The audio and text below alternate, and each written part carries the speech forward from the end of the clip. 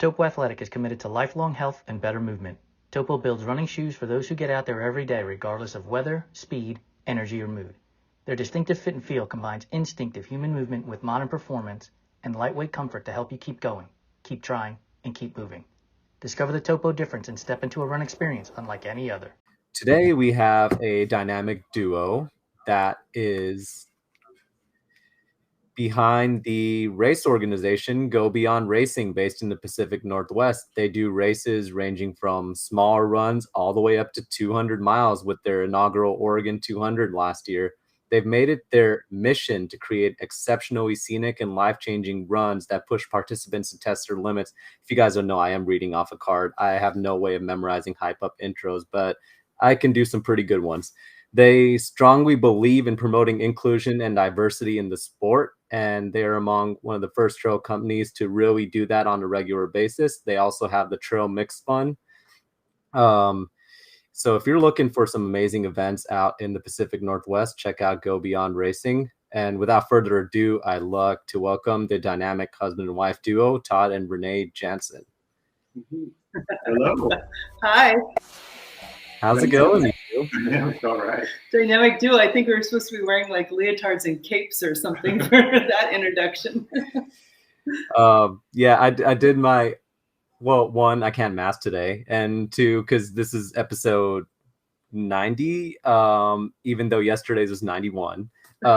And my hype up intros also apparently, we've just gotten to the point with this chat where we've been doing it for so many years that it's like, oh, we screwed up. It's okay. Whereas like, I remember the first time we did it and we went live, it was like, oh my God, we're live. The introvert in me is dying right now.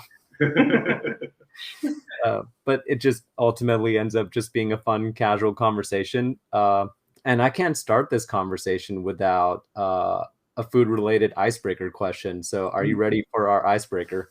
Always ready for food. Yeah. Oh yeah, I'm always ready for food. Pineapple on pizza, yay or nay? It was good in college, but I'm more of a purist now. So if I'm hungry, it's quite delicious. Yes. I'll eat it. It has to have Canadian bacon with it, of course. Goodness. Canadian bacon if you have pineapple, or Canadian bacon without pineapple too? So it's generally wrong to have pineapple on pizza as a general rule. But if you do have pineapple, it has to have Canadian bacon. Gotcha. I guess I'll be talking to Todd the rest of the night, and Aum, you and Renee will be chatting. I think that's fair. At least we're a 50-50 split this time, and it's not just pineapple on pizza like yesterday with Marcy. So I wanted to go back a little bit and start with how. So both of you have a background. Renee, you've done running, triathlon. You went to adventure racing. Todd, you were a lead man on one of the biggest adventure racing teams in the U.S. How did that path eventually lead to both of you meeting up and starting this race company called Go Beyond Racing? I'll let you start. You go ahead. I don't know how it connected us, honestly. I don't know the answer to the last part of that. But I was always kind of fascinated with how events were put together and doing all different kinds of events and seeing how they came together, what the swag was, that sort of thing was always kind of fascinating to me. So that, doing a bunch of different types of events led into wanting to put on races as a race director. My version of how we met, and this all connects because we were running in the same running group in Forest Park in Portland. I distinctly remember meeting her for the first time on a group run, and she has no recollection of that at all. No memory. So apparently I made a good impression on her. Now we started working together on a single race, and then it just grew from that one race to now where we are today. What was that one race? At the time, it was called Trail Factor 50K. That's the name of the run club that we run with on Tuesday nights. We since have renamed it because there was confusion between the club and the race. So now it's called the Stumptown 50K and half marathon. Yeah, we started that in 2012. I think was the first year of that one. 2012. And I had been working, we had a timing company. I started a timing company with some guys that I worked with when I worked at Citibank, and they were IT guys, developers. And we had a chip timing business, and they built a system that integrated social media updates for timing splits. So if you hit half marathon mark or 5K or the finish or whatever, it would update at the time. I think it was text, maybe Twitter and Facebook. Yeah. But it was kind of new and one of the only ones like that around that worked.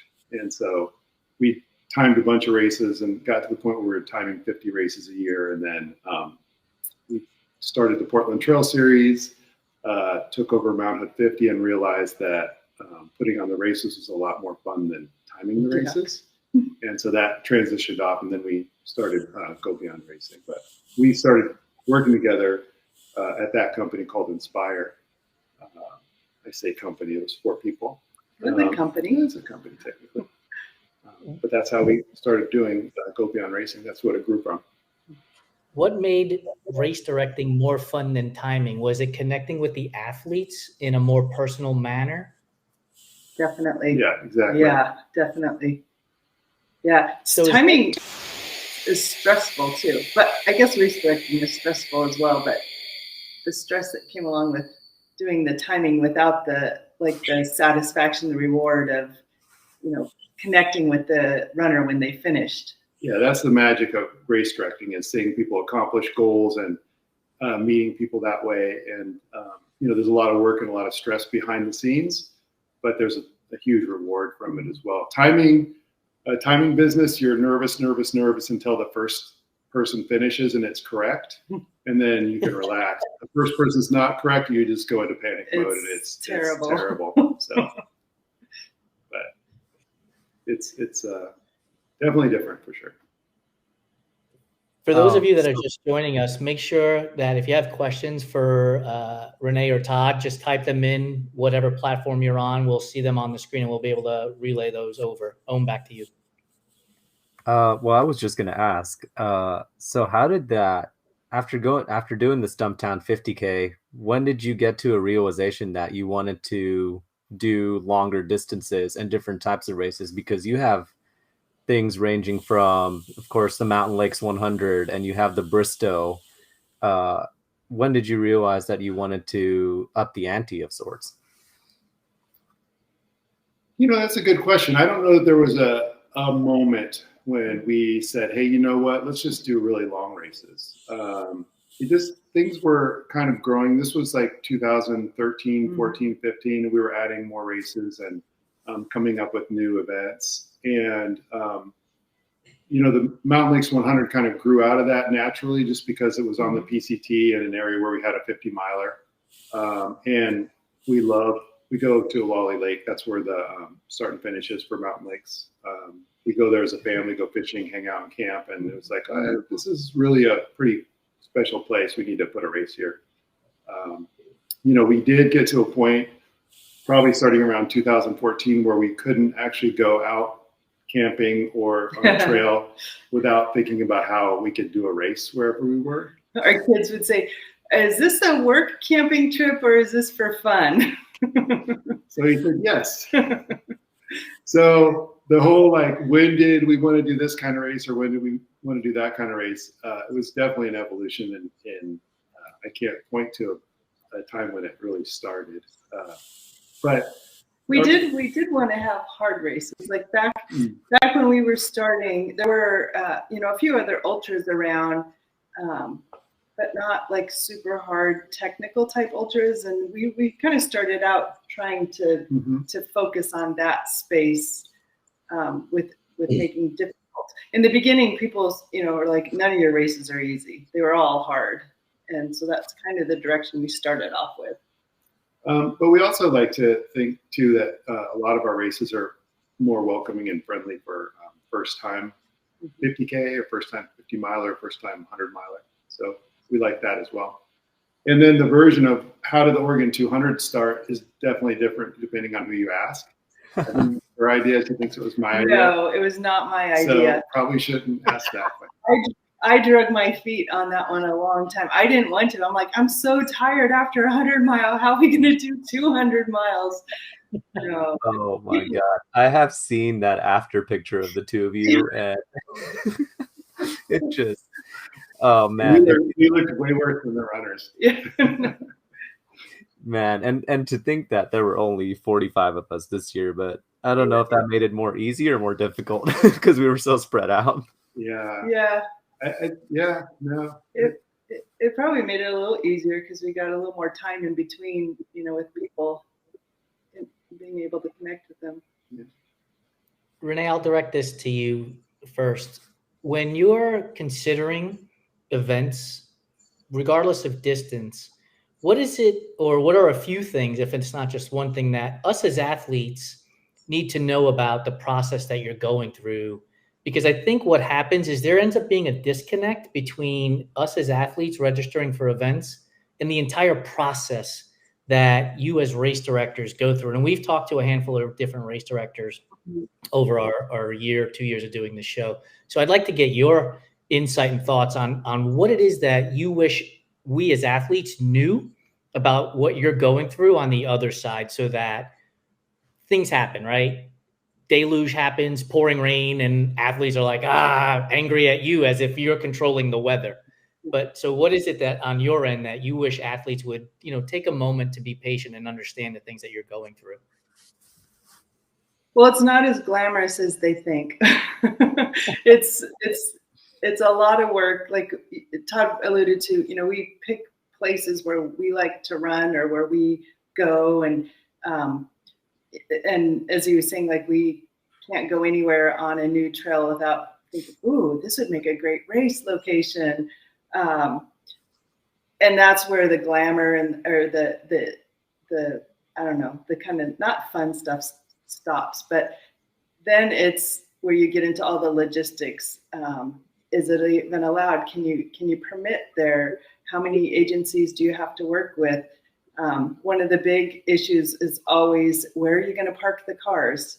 And that very often ends up being the deal breaker with places we want to have races, is there's just not giant parking lots.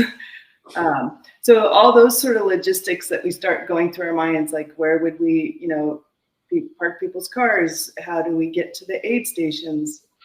Are there roads that crew could drive to get to aid stations, or is it going to have to be no crew? And so there's just a whole bunch of like little details that go into it that I say, if you've ever gotten married and ever planned your own wedding, a lot of people can relate to that.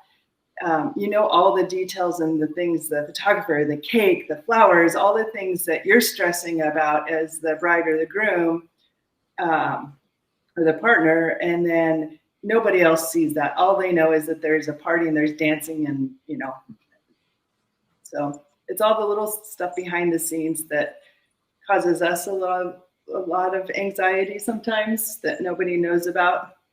I think too that I think with any race, or probably any race director, the thing that everybody that participates in the race should think about is that the race director is probably going into that event wanting to put on a great event for the runners. And the runners experience the race director on race day when they're tired and grouchy and haven't slept and, don't have a lot of patience, and they're probably short with you and don't seem like they care. But deep down, everybody's trying to put on an event that all the runners want to enjoy. And that underlies every event usually. So that's one thing to keep in mind. So, and I don't think there are any times that you put on an event where you want to cancel it too. So a lot of times that if a race is canceled for whatever reason, it's the worst feeling. It's the worst for the race director. Yeah, I mean, I can imagine, and that actually, since we've talked about it a bit, I'd definitely like to dive into that with the Oregon 200. When I first signed up for that race and saw that race, I think I might be wrong about this. It might have been 2021 when I first saw the race announced. 21, 22, but I know it was a few years before the race actually took off. And I remember being at that opening, that pre-race speech, and I just remember Renee getting totally emotional over the whole journey. And I just like, I mean, a lot of us, I think there were a few teary eyes in the crowd too. I mean, like you could just tell how much work had been through it. Like even just like leading up to it 2-3 days before, the day before, like, are we going to cancel this? Are we not going to do this? The fires, this and that. Like, talk about the frustration of like having to cancel that and dealing with that, and finally, and to end it on a positive note, finally getting to that point where like, hey, this race is actually going to happen. Yeah. You want me to start? Yeah, backing up for whatever year it was that we started to kind of tease it a little bit. We had plans for a certain route, and it was our first time working with that agency, that jurisdiction. And so there's a little bit of a dance every time you work with a new jurisdiction to kind of get and figure out what you can do and how you can do it and the best way to move forward with things. And so we were still trying to figure things out. And then the fire kind of, there was a fire in part of the route that we had planned. So we had to replan the route and, still work on permits. And they had a race like that in that area before. So there was all of that going on. And then when the say this year, 2023 race was getting, lined up, then of course there were some fires in Oregon and smoke and that sort of thing. So as you know, even 2 days before the race, we weren't really sure where we were going to start the race. And so it just added to all the interesting processes that happen before a race, and learning 2-3 days before that we couldn't use generators and that sort of thing. So Buddy was building solar generators for us on the fly and bringing them down. So there was a lot of stuff going on. Mm-hmm. Yeah, got to admit though, that rain that happened the night before the race was definitely a blessing. Yeah, for sure. That was crazy. And I'm telling you, I was at the hotel room and there was a guy there and he's like, I've been living in this area for like decades and I've never seen a rain like this ever. It had to have been a good omen. I mean, that was wild. It was absolutely nuts. And the night or 2 nights before, we were calling the school superintendent to see if we could have the pre-race in the school, because we thought we could use our air conditioning and then to avoid the smoke. And then there is a company in Oak Ridge called Cog Wild that does bike tours, and they're in Bend, Oregon too. We knew one of the owners from doing trail work with them on the section, of course, that got burned coincidentally several years ago. And I called him up and we're like, hey, we need to shuttle people from Oak Ridge to this other place to start. Was it possible? And he's like, when do you need it? And so we were working all that stuff in the background, and it was so nice to see the rain come and the next morning to be pretty clear. It was awesome. Yeah. As you guys were talking, I had a thought pop into my head about how long does it actually take for you to go from conception of an idea to the race actually starting? Because you talked about permits and different agencies that you have to work with. So when you decide to launch a new event, what's the average time length it takes to actually go from idea to fruition? It depends a little bit on when you come up with the idea, because most of the, like the Forest Service, the different permitting agencies have a timeline when they will accept permits. And so, for example, a lot of the Forest Service we work with, starting in November is when you can submit your permit. By November. I do the permits. Yeah, we should talk about this. You should do that. I don't do the permits. No, but you keep going. So anyway, depending on when you're allowed to apply to get a permit, and then when you get told yes or no, depending on when that window is and when we first come up with the concept. But for the 200, we started working on that one during the pandemic because we had some free time. We weren't putting on races, and so we spent a lot of time like driving around the course or the different course options, running different parts of what would end up being the course, driving around to figure out where we could put aid stations, all that stuff. We had to have all that stuff figured out before you could even apply, before you can even submit. It can take months leading up being able to submit the permit, and then you have to wait till you get the okay and So each agency is a little different. There's no like normal, but if you kind of try to normalize it, if you say, okay, in the spring you come up with an idea, you submit the permits and you submit them by November, and that hopefully by January or February, this is thinking about doing something for the first time. They say, yes, we're good to go. Then it might be too late at that point to actually put something up on Ultra Sign Up, because it seems like everybody signs up for stuff a year ahead of time. And so I would say a 2-year window is good for something like in the Forest Service. We moved our lastest not fastest race to a new venue this last year, and we called them up and they said yes. And so that was just like almost instantaneous. We had to submit the permit and everything, but that one was like we were able to do it the same year. So that's the exception. But a year or two probably is pretty normal. It's interesting. Go ahead, Aum. I'm sorry. Go ahead, Jason. No, I was going to say that's interesting because it made me also think about like, if you've ever had to change the route on a race, do you then have to go through a re-permitting concept as well? And is that, is it easier because you've already gotten the first permit? Yeah, it is easier.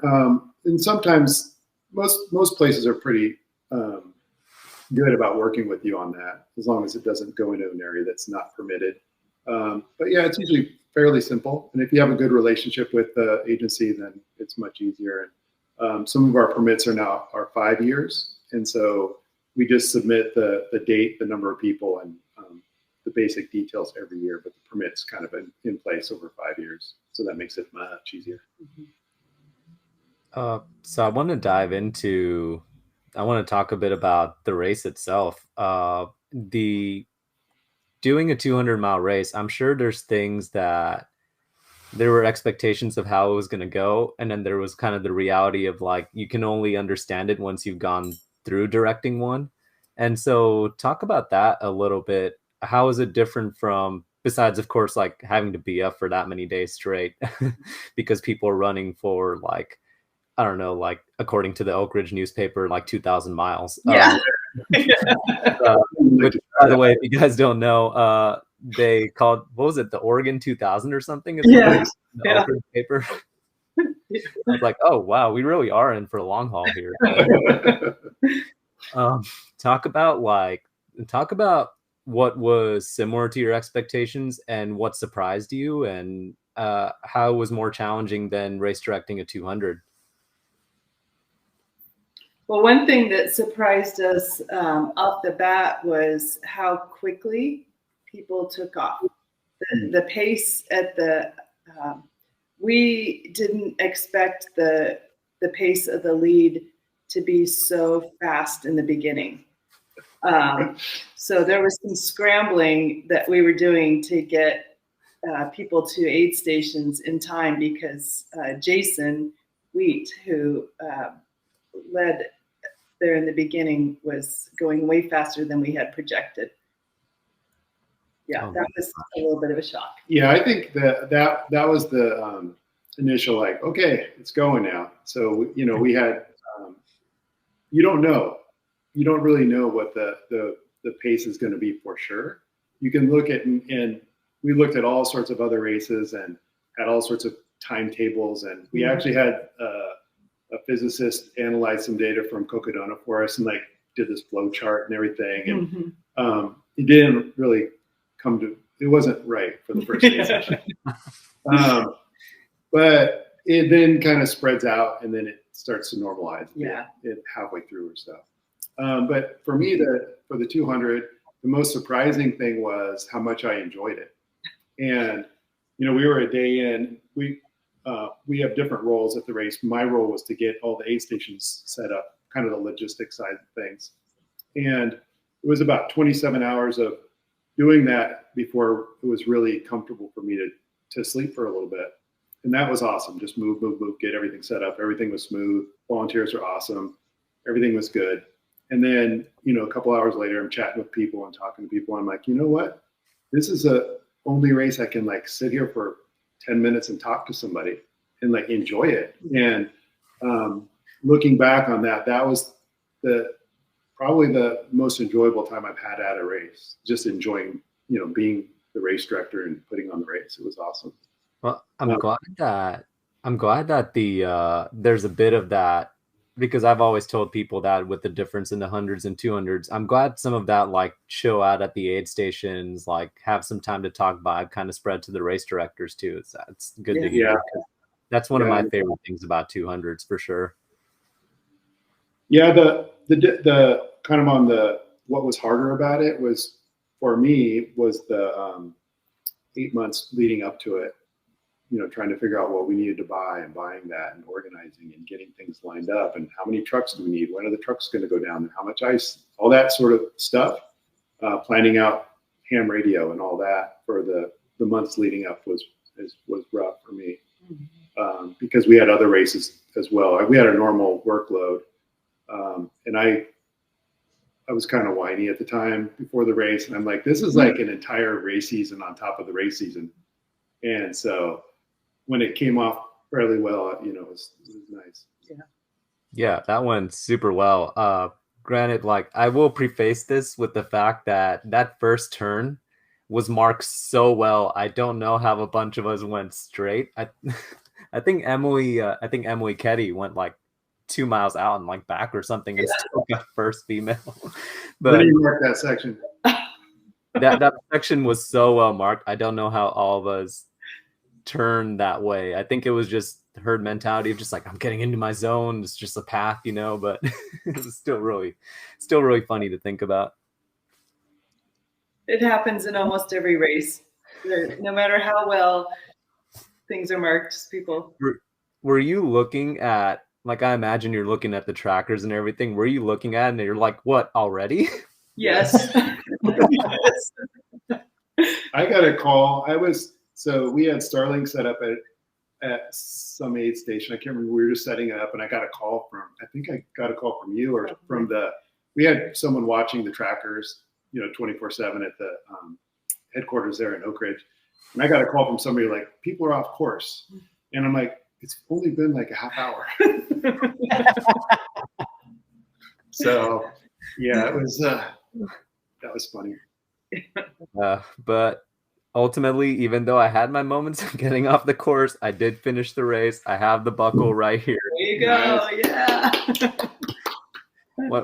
Honestly, one of my favorite buckles ever. Like that is just, it was just so cool crossing the finish line and then kind of like being there, dying for an hour and then like being there for the finish. And oh man, one of the things I love about what you guys do is really like really take it a step above with the DFL thing to the point where there's a DFL award.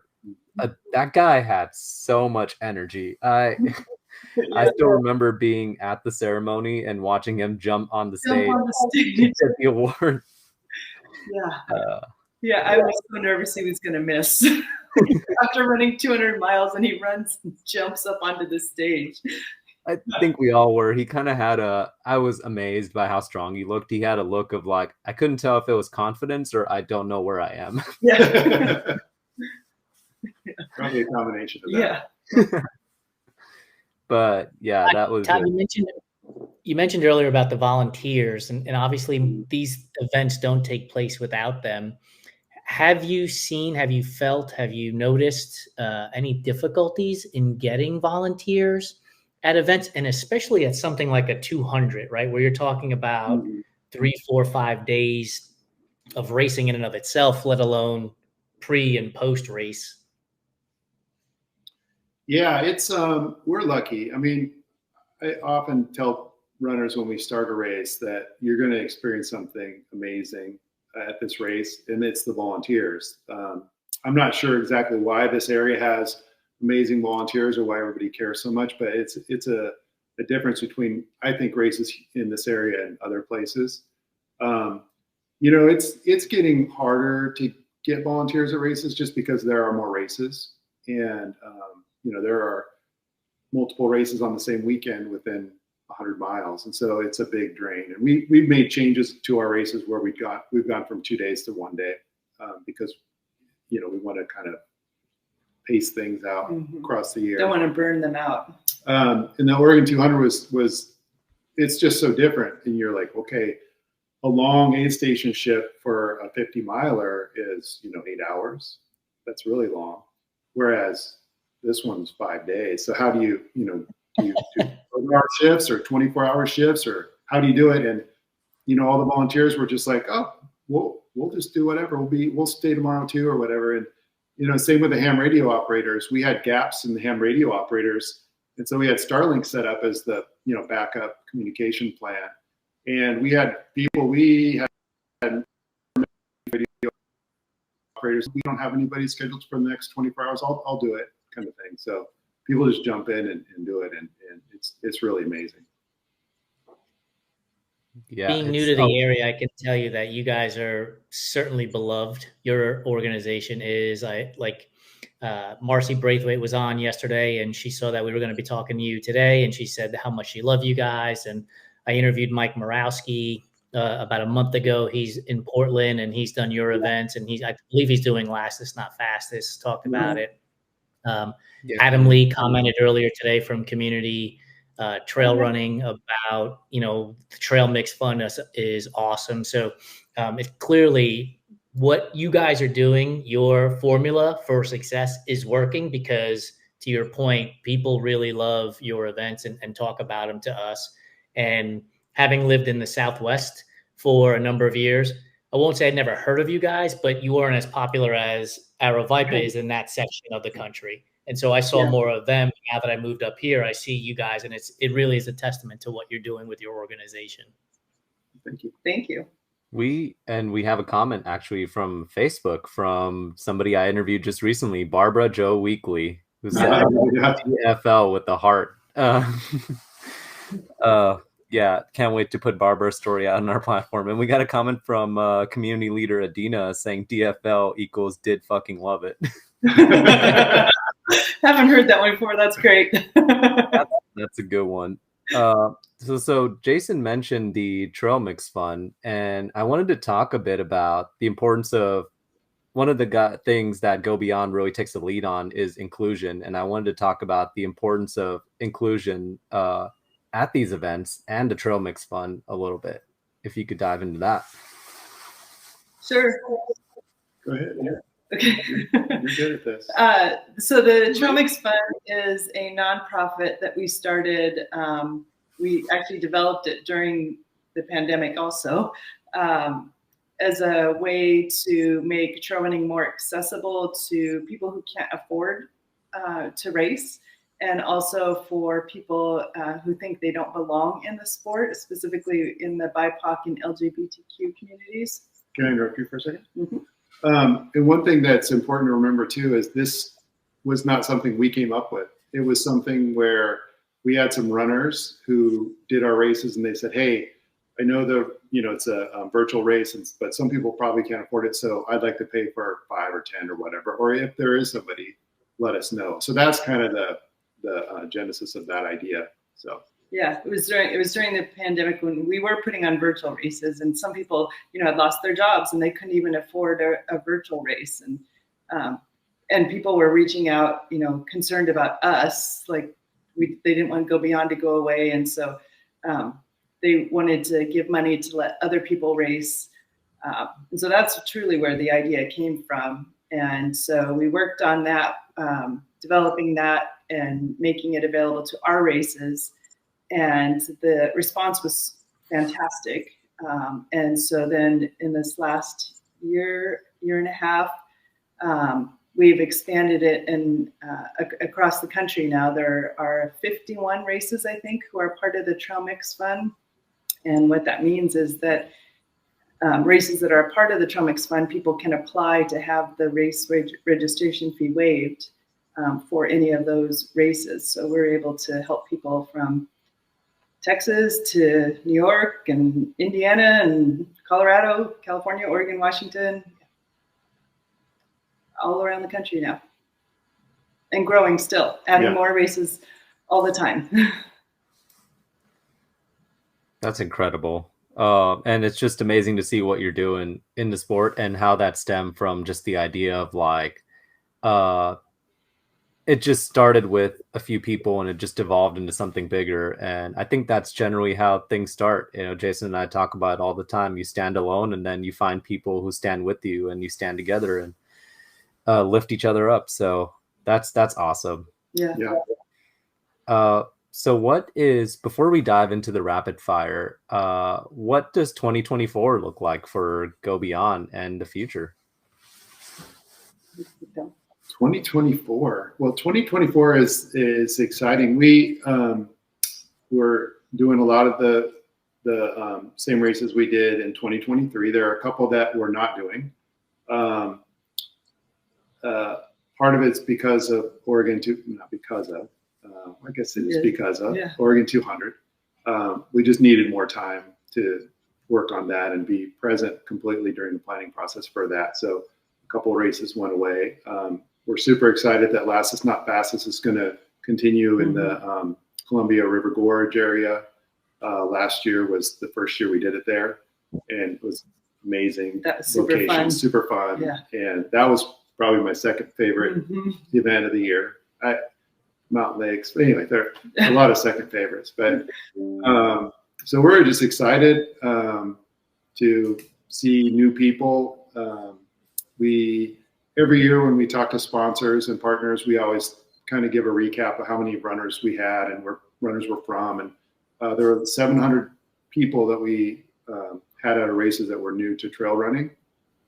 So we're excited to always see new people. And when we see the registrations come in for races, we're like, don't know that person, don't know that person, don't know that person, know that person. And, you know, it's just amazing to see all the new people coming in. It's great. I'm also excited about Bristow, or Elijah Bristow, 24-hour, 12-hour, 6-hour race this year.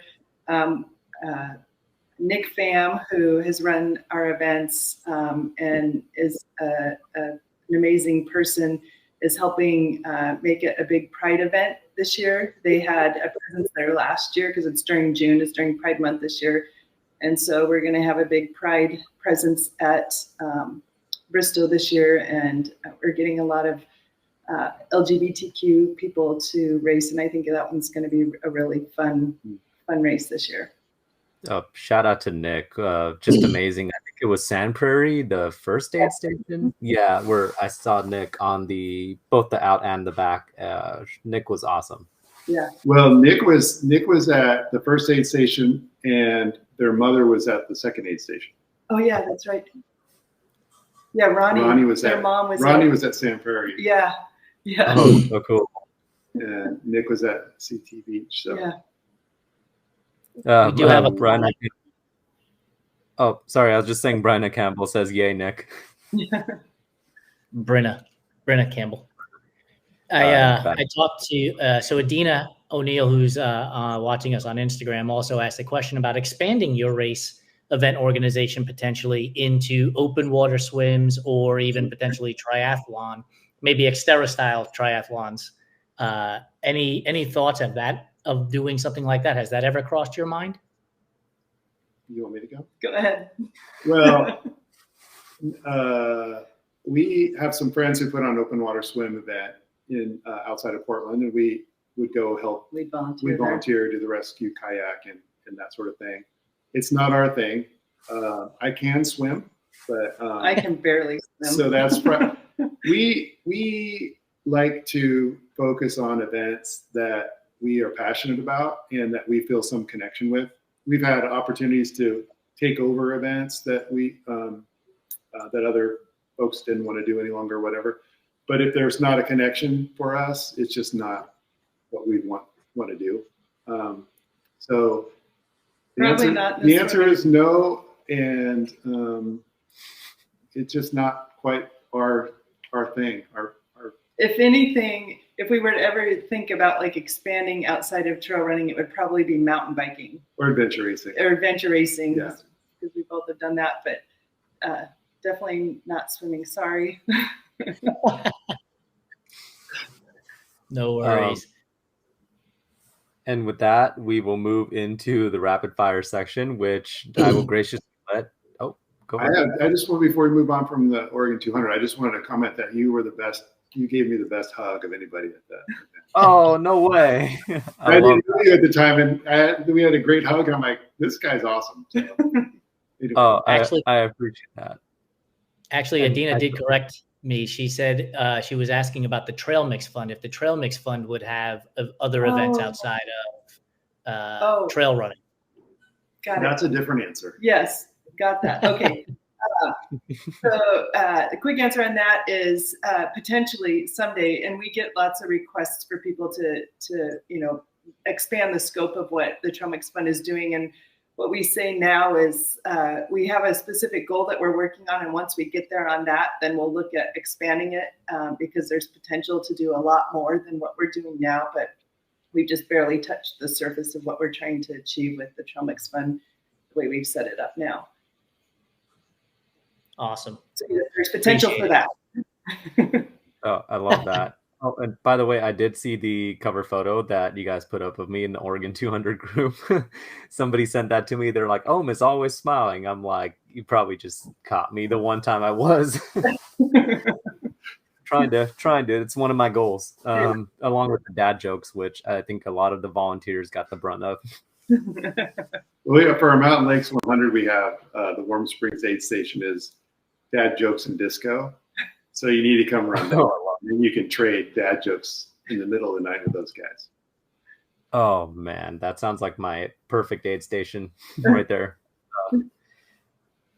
All right, we will take it away, and I'm going to hand it off to Jason to do the rapid fire because food is what he does best. That's a heck of an introduction. Food is what I do best. So these Friday. We call them rapid fire, but feel free to expand because I'm always fascinated by people's taste buds and their approaches to food. So Todd, I'll start with you first. Oreos. Are you an old school Oreo fan? Double stuff, or what I just learned yesterday from Marcy that there's a mega stuff version of Oreos. Which do you prefer? So we have 17-year-old boys, and there are many more versions of Oreos than that. Yeah. Just for the record. Traditional, standard. I don't normally drink milk, but I would dip them in milk as well. How about for you, Renee? I don't eat many Oreos, but I remember in college they came out with fudge-covered Oreos, and I loved those back then. Those were good. I don't know if they still make them. That was in the 60s. Oh, no. Renee, I'll direct this one to you first. Licorice, is it a thumbs up, thumbs down? And if it's a thumbs up, red or black? Definitely thumbs up, and I love them both. I will eat licorice. I love black licorice. I love that anise flavor. Yeah. So then are you a Red Vines person or a Twizzlers person? Twizzlers, I'll eat those, either of those two. I don't know if I know the difference well enough. I mean, I know that there is a difference, but I'll eat them both. Red Vines, you can actually peel them apart into like, they end up being like the string. Okay. Yeah, I'd go with Twizzlers then. Todd, do you have a preference, yes or no, on licorice or red or black? I'm good. Thumbs up for licorice. Red is more for kids, and black is more like a sophisticated candy. So it's more for older people or like for more formal events. This is my general. At what age does that happen? In the mid-20s, 30s? Probably after college, I'm thinking. Yeah. Like mid-20s. Todd, what is your take on Peeps? Are they a candy or are they nothing more than dust covered in glitter? That's just a decoration for Easter. That's the only thing that is. That's the only time you can buy them, I think. I think they make Peeps for other holidays now. In fact, I would expect there's Valentine's Peeps out there. So I didn't answer your question, but no, you did, because they shouldn't stop. They should stop making them. They're not a candy. We've been told multiple times that the best way to enjoy a Peep is stale. And I'm like, so let me get this straight. You're buying something you were professing to like, but you'd rather eat it as it gets older. Like, that doesn't make any sense. Yeah. So Renee, for you, candy corn, is that a real candy or is it just earwax covered in sugar?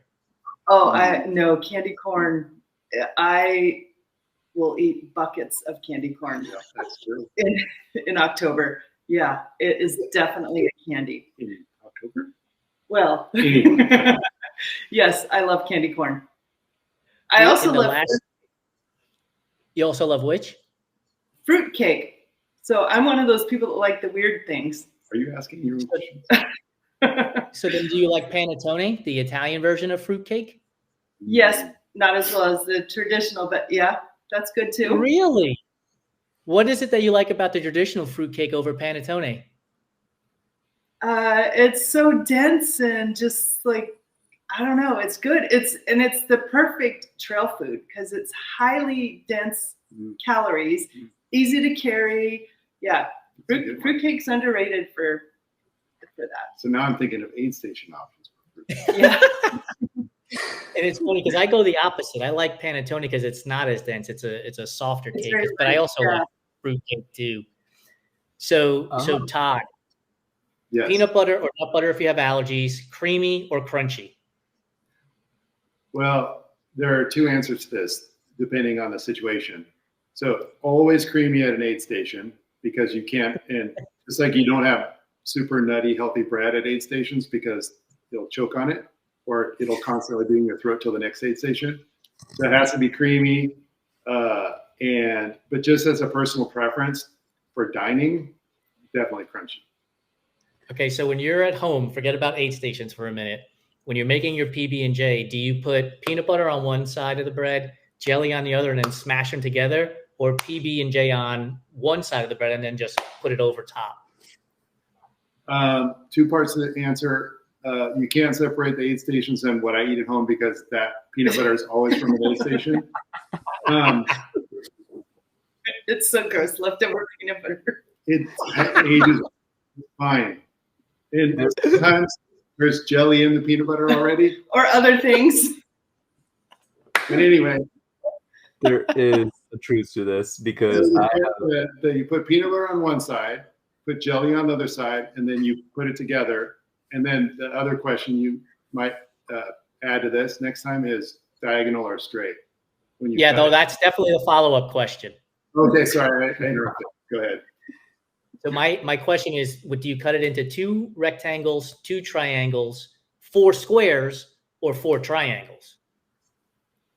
No, you do 4 squares or rectangles, however it ends up. You cut it twice, like perpendicular. It's like PB&J tapas. That's how I look at it. Like I feel fancy when I cut it in 4s. Right. Yeah. I want to circle back to something Barbara just said. Candy corn with salty potato chips was a hit at the Warm Springs aid station. I think Barbara was thinking of Fritos. Fritos and no, Fritos is basically candy corn and potato chips. It's kind of the same thing. No. We've also been told that they make ghost peeps at Halloween. So in case you want to ignore peeps at Halloween as well as Easter, just know that they're selling them then too. I'm sure. I bet every holiday there's probably little trees during Christmas time. If there's not, it's always one of my favorite things when people are like, I love the Reese's Christmas tree or the Reese's jack-o'-lantern. I'm like, it's the same thing. It hasn't changed. They just put it in a different shape. Yeah. Renee, for you, red velvet cake, is it actually a flavor or is it just chocolate cake dressed up for a night on the town? That's funny because our kids just had a birthday and there was some red velvet cake involved with it. And we had this whole conversation around what is it? I looked up recipes because I wasn't actually sure what was even in it. I don't eat it, so I don't know what it even tastes like. No. It's not a flavor. I don't know. I don't know. It's not a flavor. It's chocolate cake with red food dye. Yeah. Yeah. A whole bunch of food coloring. Yeah. Yeah. It's a marketing strategy. I love it when people are like, I love red velvet cake. I'm like, so you like chocolate cake? Thanks. Yeah. I do like chocolate cake. Me too. What's your favorite kind of cake? Chocolate. Straight chocolate, not German chocolate? No, not German chocolate. Chocolate cherry. I love chocolate cherry. Chocolate peanut butter. Anything chocolate peanut butter, I'll eat. Yeah. Like a Black Forest, chocolate cherry, like a Black Forest. Yeah, that's good. Yep. Todd, you made a face like, ooh, I can answer this question. What's your favorite cake? I don't eat a lot of that sort of thing normally, but a good chocolate mousse is like not like super soft and creamy, but like almost like a cheesecakey kind of thickness of a chocolate mousse. It's delicious. This is our last question for the rapid fire. So, and I'll direct it to you, Todd, first. You get a batch of brownies. Are you going to be the person who wants the edge because it's got a little bit of crust to it? Or do you want the center because it's got a little bit more gooiness to it? Okay, so it's the second piece in from the corner because it has one hard side and 3 soft sides. I love it. And then a little bit of Renee, what about you? I'm just going to eat the whole pan, so it doesn't matter. I love that even more. Do you like nuts on your brownies? No. What about if you're making it a la mode? What's the flavor of ice cream going on top? Vanilla. He's super picky. That's the only about that. option. You can have a little bit of like small pieces of walnuts, but not a lot. It has to be chocolate with there was nut in that. Not like nuts and chocolate. Just a little bit of nuts and then more ice cream than brownie. So I'm going to encourage you to try this at some point next time you have brownies. Take a brownie, chop it all up, and put it inside a mug, and then put coffee ice cream on top of it.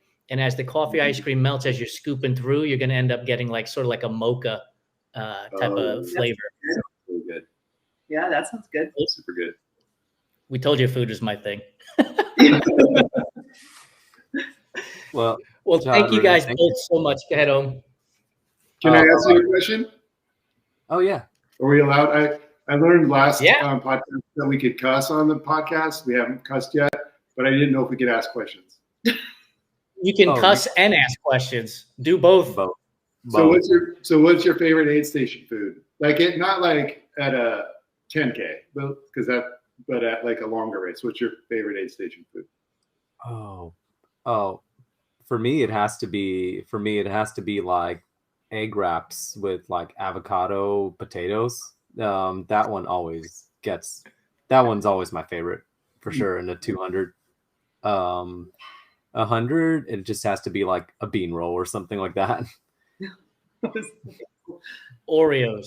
For me, Oreos are without a doubt at every single aid station, regardless of 100 or 200 miler.